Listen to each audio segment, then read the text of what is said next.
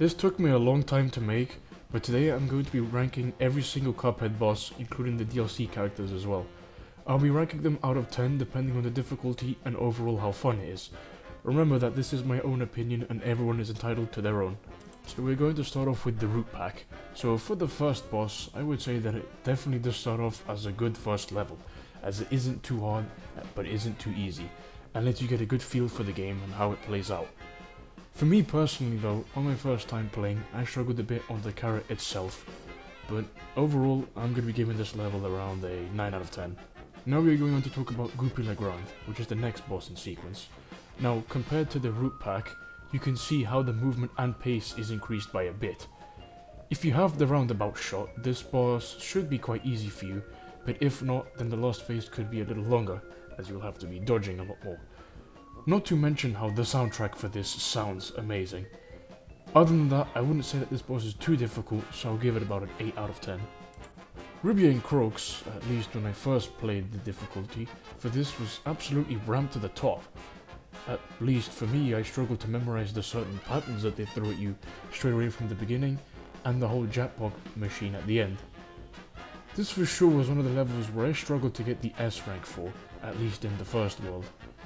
Defeating this boss is what grants access to the first mausoleum, so hey, I guess there is a reason to keep trying. I'd have to give this a 6 out of 10 just for how much I struggled the first time I played. Moving on to Hildeberg.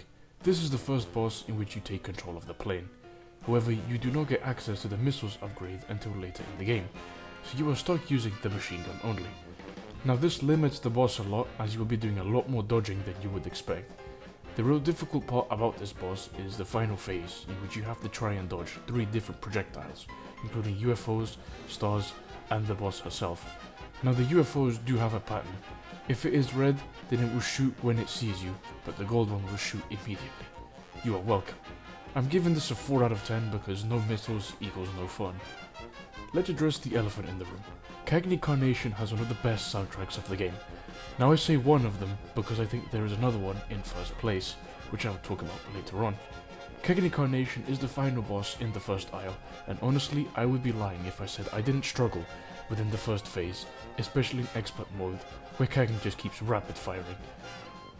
I would give this about a 4 because of the difficulty the first time I played, but it has one of the best soundtracks, so I think that we could slot that at about a 7 out of 10.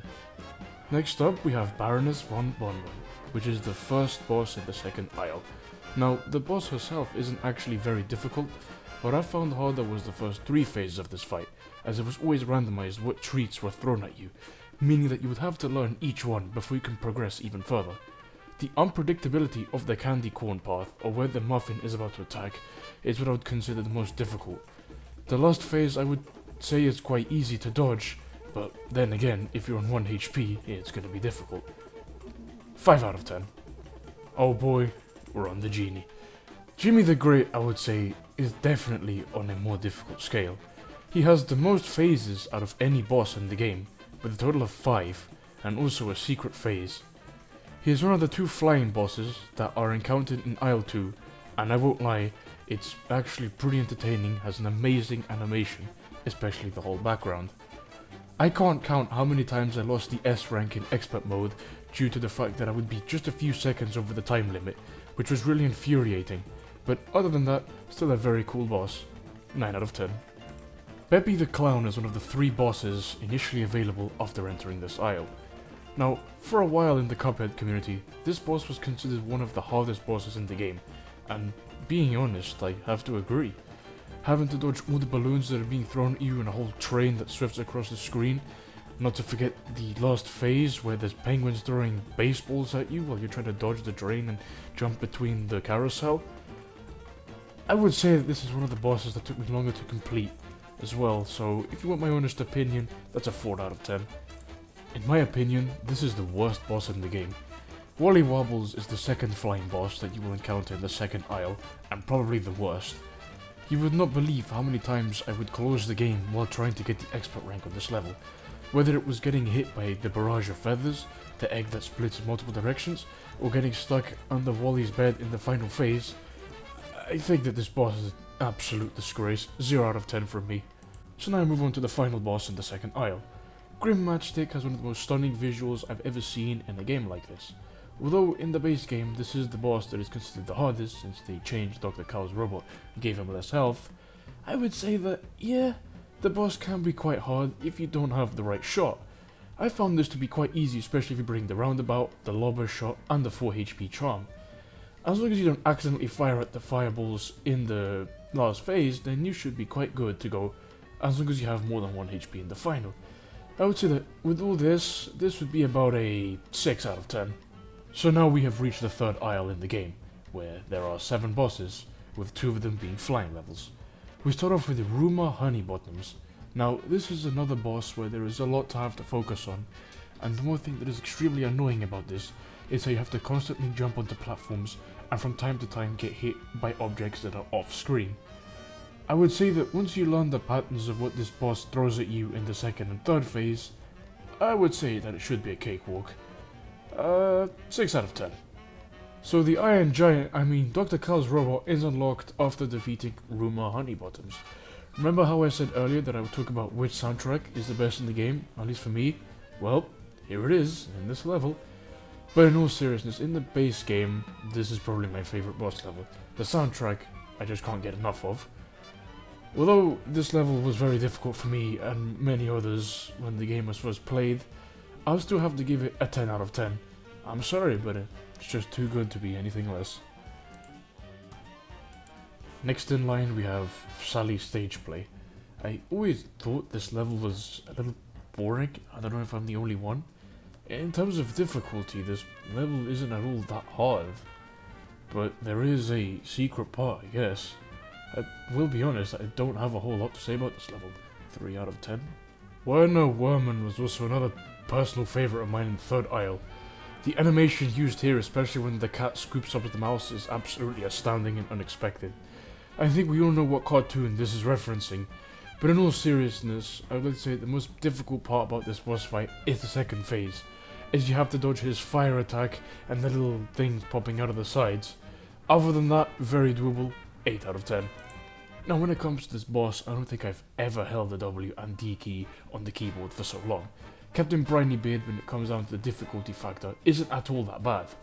Once you learn the bonus attacks that he does, such as when he calls upon the squid and shark, then you should be absolutely good to go.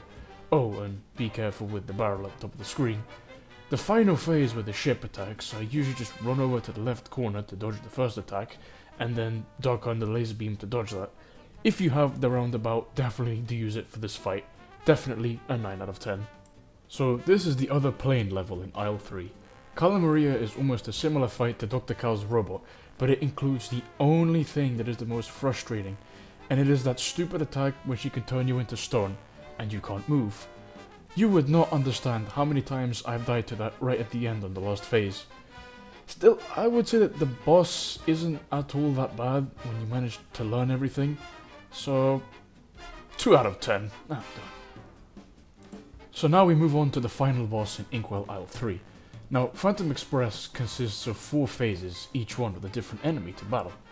It starts off with the ghost that throws its eyes out of his hands, or whatever, but it's actually quite easy to dodge, as long as you bring the roundabout shot, as usual.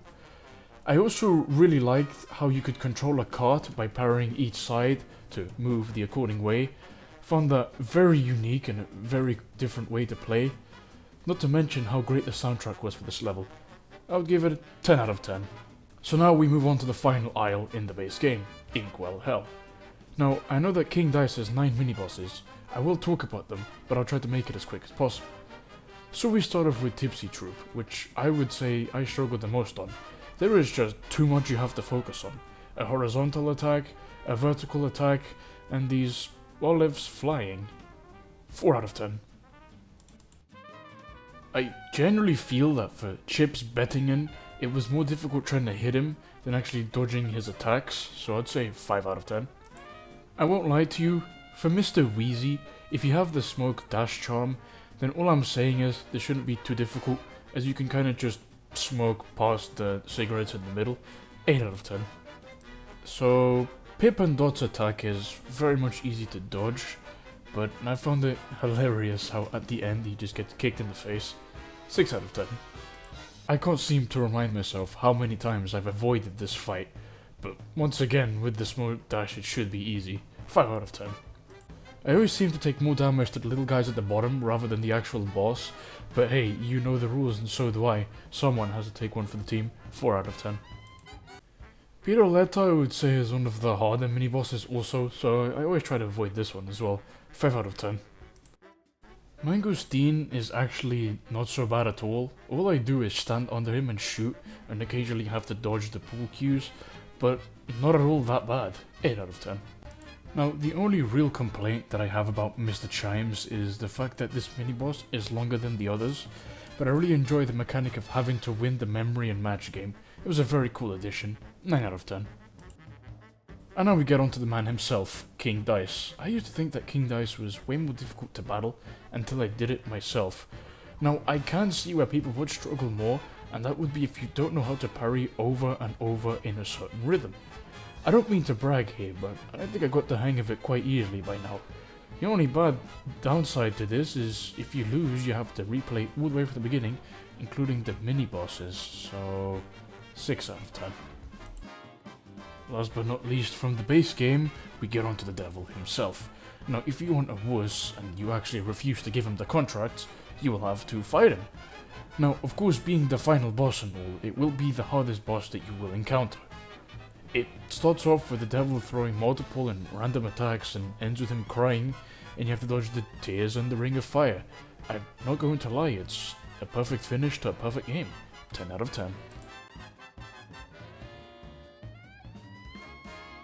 So now we're going on to the DLC content.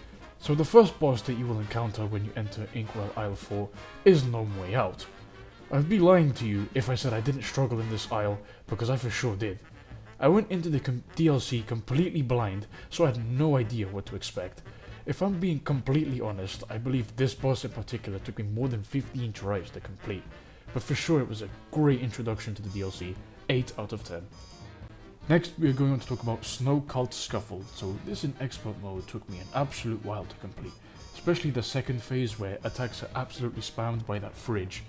In regular difficulty, I would say that the third phase would be the most difficult, especially for a new player, because you don't know what to expect here. Also, love the random crowd just in the background. 7 out of 10. Oh boy. Doggo and Dogfight. Now this boss fight reminds me a bit of Phantom Express, as it includes a similar mechanic to the cart, but it is a plane instead. A very cool detail to it is that the guy piloting it is the person that gives you the plane and the upgrades for it, which I think is a neat addition. Now, where I struggled the most is the final phase, especially with the camera and controls are flipped. 5 out of 10. High Noon Hoopla is the only boss in the DLC that is a flying level. I'm not gonna lie, I kinda wish that there would be more flying levels in this, but it is what it is. High Noon Hoopla is a level where deadly projectiles will be coming at you from every angle, but a good number of them can be parried. So be sure to equip your Hot Ring Charm, as I feel this will help you the most. 8 out of 10. My recommendation for this is for you to bring the roundabout shot and the crack shot. I will be completely honest with you guys and say that I actually did die and fall for that troll knockout at the very end. Where most people struggled the most was how the spider will disappear off screen and then appear on screen on a random level on the map. Just for that troll, that is a 1 out of 10 for you, kind sir. Chef Saltbaker is the last boss for the DLCs. What a plot twist. And to this day I still haven't been able to get the S rank, and I got the DLC straight away on the first day of release. Between the two final bosses, I will say that I preferred Chef Saltbaker. I think this boss is much harder than the devil, at least in my opinion. What do you think? 10 out of 10.